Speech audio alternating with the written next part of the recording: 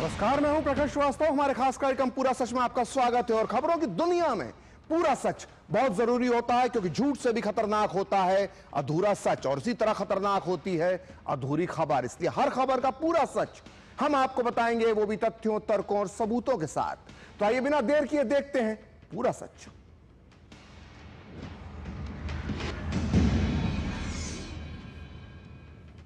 तो super duper hit film Baahubali का एक किरदार है शिवगामी देवी का, जो महिष्मती राज्य की महारानी होती है। और शिवगामी देवी का डायलॉग होता है, मेरा वचन ही मेरा शासन है। लेकिन आजकल इस डायलॉग को राहुल गांधी ने अपना ध्येय वाक्य बना लिया है। वो रोज टीवी पर आते हैं, सो कॉल्ड वोट चोरी का आरोप लगाते हैं और निकल जाते हैं। ना वो शपथ पत्र दे रहे हैं, ना वो चुनाव आयोग में शिकायत कर रहे हैं, और ना ही वो कोर्ट जा रहे हैं। वो देश की जनता से यही चाहते हैं कि बस उनकी बात को ही सच मान लिया जाए। यानी ना खाता ना बही, राहुल गांधी जो कहें वही सही। बोले तो मेरा वचन ही मेरा शासन है। आज भी राहुल गांधी ने यही किया। चुनाव आयोग पर नया आरोप लगाया। दावा तो हाइड्रोजन बम का था, लेकिन यह दावा किसी फुलझड़ी से ज्यादा नहीं निकला। आज हम पूरा सच में राहुल गांधी के इस दावे का पूरा फैक्ट चेक करेंगे और उठाएंगे कुछ मुद्दे। तो देखते हैं पूरा सच पूरे विस्तार के साथ। तो कांग्रेस नेता राहुल गांधी ने बीते 1.5 महीने के दौरान कथित वोट चोरी पर दूसरी बार प्रेस कॉन्फ्रेंस की। इससे पहले 7 अगस्त की प्रेस कॉन्फ्रेंस को उन्होंने एटम बम बताया था। लेकिन उस एटम बम का क्या हाल हुआ, क्या हश्र हुआ, हम सभी देख चुके हैं। बिहार में वोटर अधिकार यात्रा के समापन पर राहुल गांधी ने कहा था कि वो जल्द ही हाइड्रोजन बम फोड़ेंगे।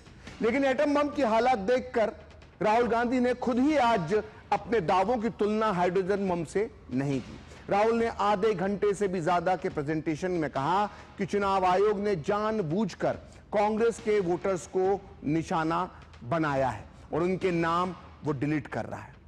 राहुल ने इसके लिए कर्नाटक के आलंद विधानसभा क्षेत्र का उदाहरण भी दिया और कहा कि 2023 के चुनाव में आलंद सीट पर 6018 वोटर्स के नाम डिलीट करने की कोशिश की गई और इसके लिए कर्नाटक के बाहर के मोबाइल नंबर्स का इस्तेमाल किया गया।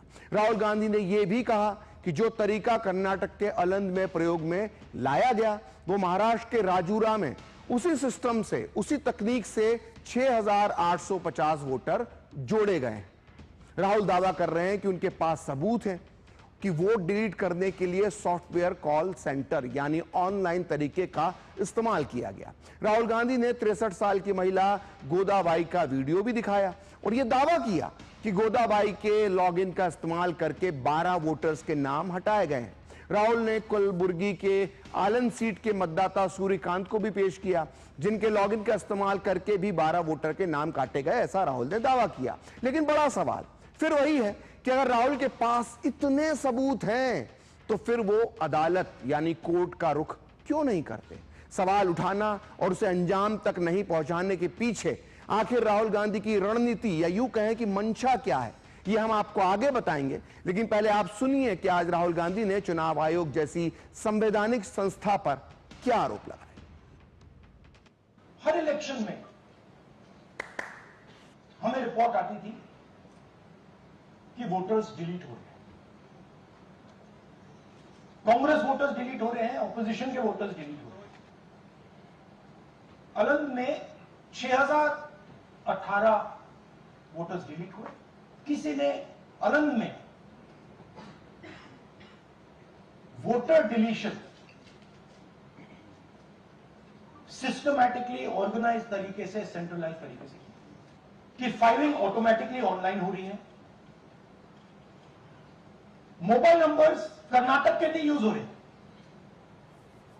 मोबाइल नंबर्स दूसरी स्टेट के यूज हो रहे। तो राहुल गांधी के आरोपों पर चुनाव आयोग ने भी बिना देर किए तुरंत जवाब दिया।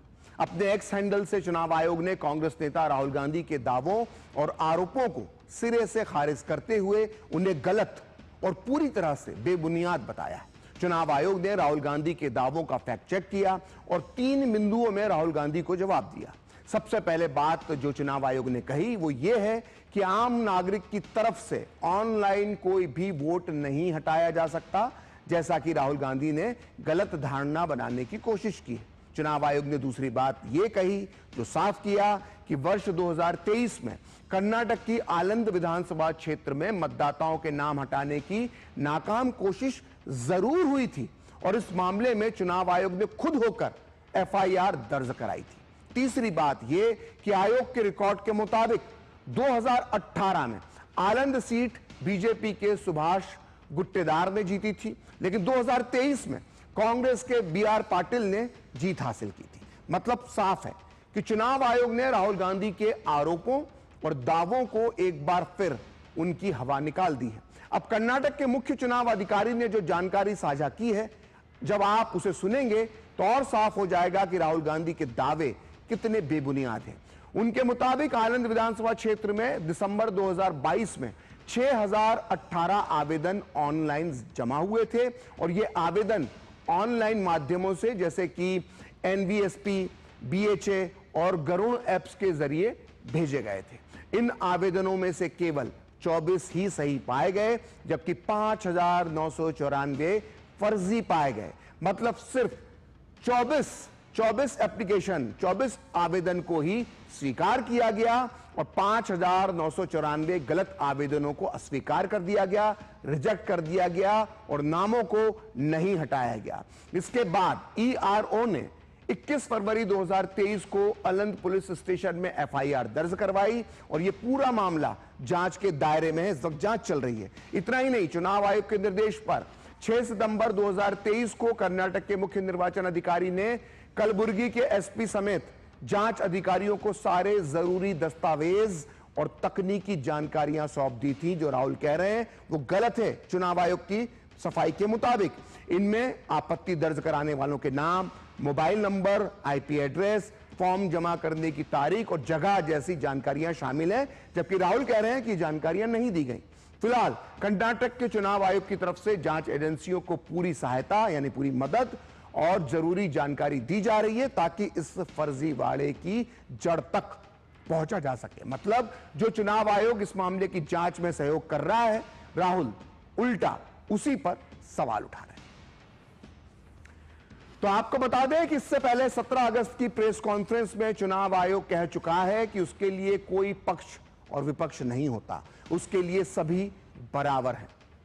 आयोग ने साफ साफ कहा था कि यह चुनाव आयोग के कंधे पर बंदूक रखकर राजनीति की जा रही है, क्योंकि शिकायतकर्ताओं को जो शिकायत करता है उन्हें सबूत देना होता है। इसलिए आरोप लगाने वाले या तो हलफनामा दें या माफी मांगे, लेकिन राहुल गांधी मानने को तैयार ही नहीं है। वो आरोप तो लगाते हैं लेकिन ना तो हलफनामा देते हैं और ना ही ठोस सबूत।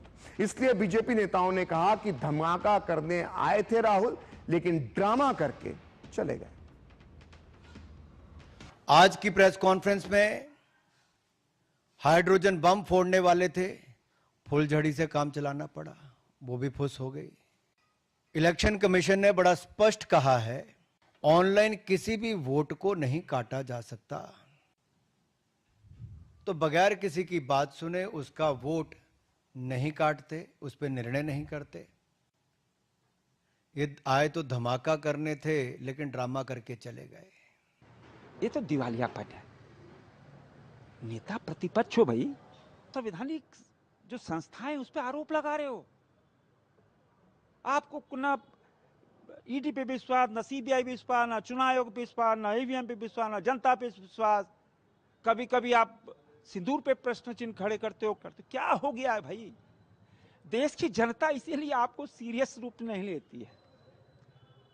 अब आप चुनाव, आपको तीसरी मर्तबा किनारे बैठा दिया तो आप अपना खींचपन चुनाव आयोग पर उतार रहे हो। हाइड्रोजन बम नहीं, फुसफुसिया बम भी नहीं, बल्कि ये उनके द्वारा फेंका हुआ H2O गुब्बारा था और वह भी गुब्बारा सड़क पे गिर गया। तो पिछले कई सालों से राहुल गांधी चुनावों में धांधली के आरोप लगा रहे हैं। वो बार बार ये साबित करना चाहते हैं कि बीजेपी चुनावी हेरफेर करके चुनाव जीतती है। राहुल गांधी अपने दावों को सही साबित करने के लिए कभी ईवीएम का सहारा लेते हैं तो कभी वोटर लिस्ट को मुद्दा बनाने लगते हैं। लेकिन राहुल गांधी अब इतनी बार आरोप लगा चुके हैं कि राजनीति के जानकारों को उनकी मॉडस ऑपरेंडी अब साफ साफ समझ में आने लगी है। इसलिए अब आए दिन लगाए जाने वाले आरोपों पर सवाल भी उठने लगे हैं, जैसे कि क्या राहुल गांधी हर बार चुनाव हारने के बाद अपनी पराजय छुपाने के लिए तत्काल आरोप लगा देते हैं, बहाने के तौर पर आरोप लगाते हैं, बहाना बनाकर आरोप लगाते हैं। राहुल गांधी कभी भी अपने आरोपों को लेकर चुनाव आयोग में आधिकारिक शिकायत दर्ज क्यों नहीं करते हैं? राहुल ताजा मामले में भी हलफनामा या शपथ पत्र के साथ प्रमाण पेश करने से इनकार क्यों कर रहे हैं? अब अगला सवाल, राहुल गांधी चुनाव आयोग के साथ किसी भी सीधी बातचीत से आखिर क्यों बचते हैं? वो कई बार चुनाव आयोग के न्योते को ठुकरा चुके हैं। इस बार भी आपको याद होगा चुनाव आयोग ने बातचीत के लिए उन्हें बुलाया था, कांग्रेस पार्टी को बुलाया था, लेकिन पूरी कांग्रेस पार्टी ने बहाना बनाकर, बचकाने बहाने बनाकर इस मुलाकात से इनकार कर दिया। अब बात आगे, राहुल गांधी जिन चुनावों में धांधली की शिकायत करते हैं उसमें उनकी पार्टी कांग्रेस के प्रत्याशी representation of the people act की धारा 80 के अंतर्गत चुनावी नतीजे को चुनौती देने के लिए चुनाव याचिका दायर क्यों नहीं करते हैं? ये सवाल हैं जिनके जवाब राहुल गांधी को देना चाहिए आरोप लगाने से पहले। और इन्हीं वजहों से बीजेपी कह रही है कि 90 चुनाव हारने के बाद हताशा में राहुल गांधी ने आरोपों की राजनीति को ही अपना आभूषण बना लिया है। राहुल गांधी संविधान समझते हैं। सुप्रीम कोर्ट गए ना, सुप्रीम कोर्ट ने सब दिशा निर्देश किया ना, कोई स्टे किया क्या? न कानून समझते हैं, न सुप्रीम कोर्ट के आदेश को समझते हैं, खाली संविधान किए रहते हैं। मोटी बात बहुत साफ है, राहुल गांधी को वोट नहीं मिलता तो हम क्या करें? जिस तरह की वो बदजुबानी करते हैं, जिस तरह से प्रधानमंत्री विपक्ष पर हमले करते हैं, देश उनको कभी नहीं वोट देगा। चुनाव दर चुनाव हार और जनता से नकार दिए जाने वाले एक नेता जिनके नेतृत्व में लगभग 90 चुनाव कांग्रेस पार्टी हारी, उनकी हताशा निराशा दिन पर दिन बढ़ती जा रही है और आरोपों की राजनीति को इन्होंने अपना आभूषण बना लिया है। जब इन्हीं के लगाए गए आरोपों को ऑथेंटिकेट करने के लिए कहा जाता है तो पीठ दिखाकर भाग जाते हैं, शपथ पत्र देने के लिए कहा जाता है तो मुकर जाते हैं। गलत और निराधार आरोप लगाना राहुल गांधी जी की आदत बन गई है। तो राहुल की कप्तानी में कांग्रेस बार बार हार रही है, लेकिन हर बार अपनी हार पर मंथन करने के बजाय कांग्रेस हर बार चुनाव आयोग पर लांछन लगा देती और इस तरह राहुल गांधी आराम से अपनी जिम्मेदारी से बच जाते हैं। 2012 के बाद से राहुल गांधी के नेतृत्व में कांग्रेस अब तक 13 साल में 90 बार चुनाव हार चुकी है। आइए एक बार नजर डालते हैं इस लिस्ट पर। देखिए, 2012 में यूपी, पंजाब, गोवा में कांग्रेस हारी। 2013 में त्रिपुरा, नागालैंड, दिल्ली, राजस्थान, मध्य प्रदेश, छत्तीसगढ़ में कांग्रेस का सुपड़ा साफ हो गया। 2014 में लोकसभा चुनाव के अलावा कांग्रेस हरियाणा में हारी, जम्मू कश्मीर में हारी, झारखंड में हारी, महाराष्ट्र में हारी, उड़ीसा में हारी, आंध्र प्रदेश में हारी और सिक्किम में भी हार गई। 2015 में कांग्रेस दिल्ली में चुनाव हारी। 2016 में असम, केरल, तमिलनाडु और पश्चिम बंगाल में कांग्रेस हारी। 2017 में कांग्रेस उत्तर प्रदेश, उत्तराखंड, मणिपुर, गोवा, गुजरात और हिमाचल प्रदेश में हार गई। 2018 में कांग्रेस त्रिपुरा, नागालैंड, मिजोरम, मेघालय, तेलंगाना में हारी। 2019 में लोकसभा चुनाव के अलावा कांग्रेस आंध्र प्रदेश, अरुणाचल प्रदेश, हरियाणा, ओडिशा, सिक्किम, महाराष्ट्र में हार गई। 2020 में कांग्रेस बिहार हारी, दिल्ली हारी। 2021 में कांग्रेस पश्चिम बंगाल हारी, असम हारी, केरल हारी, पुडुचेरी हारी। 2022 में कांग्रेस उत्तर प्रदेश, पंजाब, उत्तराखंड, मणिपुर और गोवा में चारों खाने चित। 2023 में कांग्रेस त्रिपुरा हार गई, नागालैंड हार गई, मेघालय हार गई, राजस्थान हार गई, मध्य प्रदेश हार गई और छत्तीसगढ़ भी हार गई। 2024 में लोकसभा चुनाव के अलावा कांग्रेस अरुणाचल प्रदेश, सिक्किम, आंध्र प्रदेश, उड़ीसा, हरियाणा, महाराष्ट्र में हारी और 2025 में कांग्रेस दिल्ली विधानसभा में चुनावी हार उसे मिली। कांग्रेस को मिली 0 सीटें, यानी 0 बटे सन्नाटा। तो दरअसल बार बार चुनाव आयोग के पीछे आरोप लगाने की एक वजह और है। 2024 के लोकसभा चुनाव में 100 सीटें जीतने के बाद राहुल गांधी एंड पार्टी को लग रहा था कि इसके बाद उनकी अनवरत हार का यह सिलसिला खत्म हो जाएगा, लेकिन अफसोस यह हो ना सका। और आलम यह है कि लोकसभा चुनाव के बाद पिछले एक साल में 5 राज्यों के विधानसभा चुनाव हुए हैं। यहां 5 राज्यों में विधानसभा की सीटों की संख्या 624 है, जिनमें से कांग्रेस ने 328 सीटों पर चुनाव लड़ा और सिर्फ 75 सीटें जीती, यानी जीत का स्ट्राइक रेट कांग्रेस का महज 23% रहा। बीजेपी ने 5 राज्यों में 432 सीटों पर चुनाव लड़ा, जिसमें से 278 सीटें जीतने में वो कामयाब रही और इस तरह से बीजेपी की जीत का स्ट्राइक रेट है 64%। बहुत बड़ा अंतर है। तो हार के आंकड़े तो अपनी जगह है, लेकिन एक सवाल और है, और वो ये है कि राहुल गांधी सिर्फ आरोप ही क्यों लगाते हैं? अगर चुनाव आयोग सही में उन पर और उनकी पार्टी पर इतना अत्याचार कर रहा है तो वो उसके खिलाफ कोर्ट क्यों नहीं जाते हैं? लेकिन राहुल ने इस सवाल का जवाब ना तो पहले दिया और ना ही आज प्रेस कॉन्फ्रेंस में दिया। तो आपने 1 हफ्ते का समय दिया, तो क्या 1 हफ्ते बाद आप इसको आगे कैसे इनिशिएट करेंगे? क्या आप लोग कोर्ट का रास्ता अपनाएंगे या और कोई हायर एजेंसी से इस बात की डिमांड करेंगे? क्योंकि ये ऑर्गेनाइज्ड तरीके से क्राइम दिखाई दे रहा है जो आप बता रहे हैं। अगर आपकी बात के ऊपर जाए, देखिए फ्रैंकली ये जो मैं यहां कर रहा हूं ये मेरा काम नहीं है। मेरा काम डेमोक्रेटिक सिस्टम में पार्टिसिपेट करने का है। मेरा काम डेमोक्रेटिक सिस्टम की रक्षा करने का नहीं, वो काम हिंदुस्तान के इंस्टीट्यूशंस का है।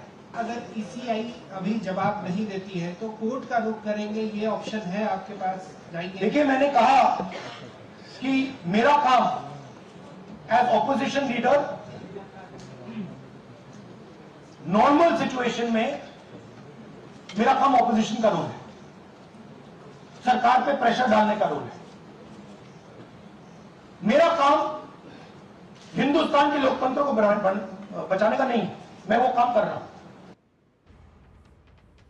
तो वहीं राहुल की प्रेस कॉन्फ्रेंस के बाद बीजेपी नेता अनुराग ठाकुर ने भी कहा कि राहुल गांधी कोर्ट आखिर क्यों नहीं जाते हैं? जब जब राहुल गांधी जी आरोप लगाया और उसके कोर्ट गए तो बार बार इनको मुंह की खानी पड़ी। आप सारे उदाहरण उठाकर देख लीजिए। कभी माफी मांगनी पड़ी तो कभी कोर्ट की लताड़ खानी पड़ी। तो क्या इसी डर से राहुल गांधी जी शपथ पत्र नहीं दे रहे हैं? आज मीडिया द्वारा बार बार पूछे जाने के बाद भी शपथ पत्र क्यों नहीं दे रहे? और अगर इतना ही दम आपके तर्कों में है तो आप कोर्ट क्यों नहीं जाते? तो पूरा सच में अब वक्त है एक ब्रेक का, और ब्रेक के बाद देखेंगे राहुल गांधी के कुछ और दावों का फैक्ट चेक।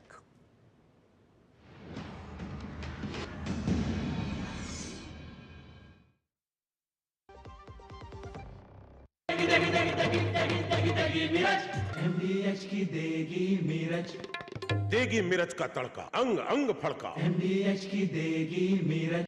दिल्ली का सफर हुआ और भी तेज और भी आसान। आज दिल्ली मेट्रो है 289 स्टेशन और 395 किलोमीटर का व्यापक नेटवर्क। 2014 से 2022 तक 27,138 करोड़ रुपए का योगदान। फेज 4 के लिए 52,000 करोड़ का निवेश। जनकपुरी कृष्णा पार्क का नया सेक्शन। ट्रैवलिंग को कन्वीनियंट बनाने के लिए दिल्ली बोले थैंक यू मोदी जी। भारत का जीएसटी अब और भी आसान। 4 स्लैब घटकर रह गए सिर्फ 2, 18% और 5%। रोजमर्रा का सामान सस्ता, पढ़ाई और हेल्थ पर जीएसटी फ्री, कार बाइक पर हजारों की बचत, मिडिल क्लास की सालाना बचत 40,000 रुपए तक। नेक्स्ट जेन जीएसटी के लिए दिल्ली बोले थैंक यू मोदी जी। जब धरती चीर कर निकलता है लोहे का पत्थर और मिलता है मोंगिया के जोश से, फिर तपता है, पिघलता है और बनता है फौलाद। अब होता है सरिया सारी खूबियों के साथ।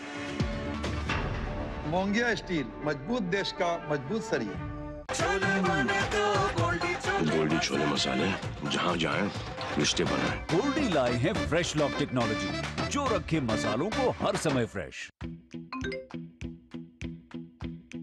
आपको कई मैसेजेस आएंगे, गेट रिच क्विक ग्रुप्स का हिस्सा बनाएंगे, डबल रिटर्न्स की गारंटी देकर विश्वास दिलाएंगे। ये नकली है या असली, भारत फर्क पहचाने। कुछ इन्फ्लुएंसर्स रोज नई वीडियोस बनाएंगे, अमीर बनने के शॉर्टकट्स बतावेंगे, बड़े बड़े सपने दिखाएंगे, ये गलत है या सही।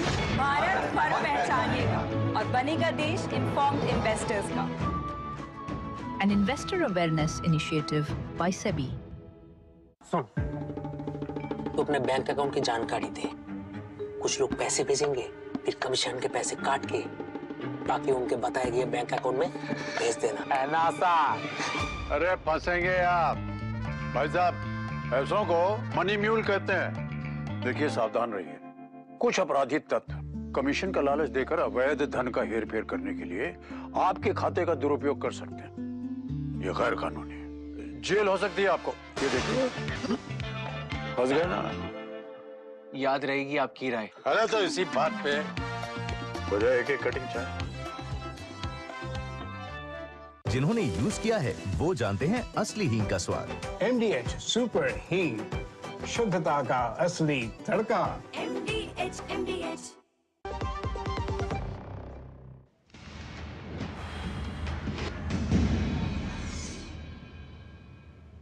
तो ब्रेक के बाद पूरा सच में आपका फिर से स्वागत है। और जब से राहुल गांधी ने वोटर लिस्ट का झुंझुना पकड़ा है, तब से वो लगातार आरोप पर आरोप लगा रहे हैं, लेकिन हर बार उनके आरोप का फैक्ट चेक हो जाता है।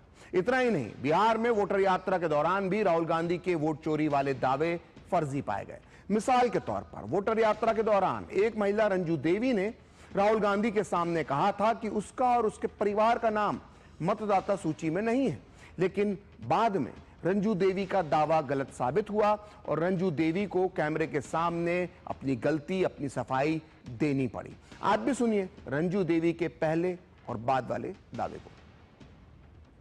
हमारा नाम है रंजू देवी, नौहट्टा प्रखंड से आया हूँ, चफला गांव से। पति के नाम है सुधीर राम। हमारे वोटर लिस्ट में हमारे घर के परिवार के 6 गो के नाम कट गया है।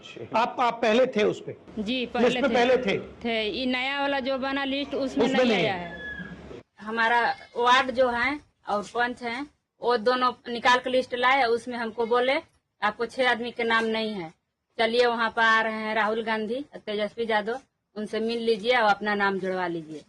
तो हम लोग देहात के औरत हैं, गंवार लोग हैं, जो जैसे कहता है वही ना सुनेंगे। हम लोग गए वहाँ। तो आज पूरा सच में इतना ही। कल फिर होगी आपसे मुलाकात अपने इस खास कार्यक्रम पूरा सच में किसी और सियासी मुद्दे की पड़ताल के साथ। तो मुझे और मेरी पूरी टीम को दीजिए अनुमति। नमस्कार।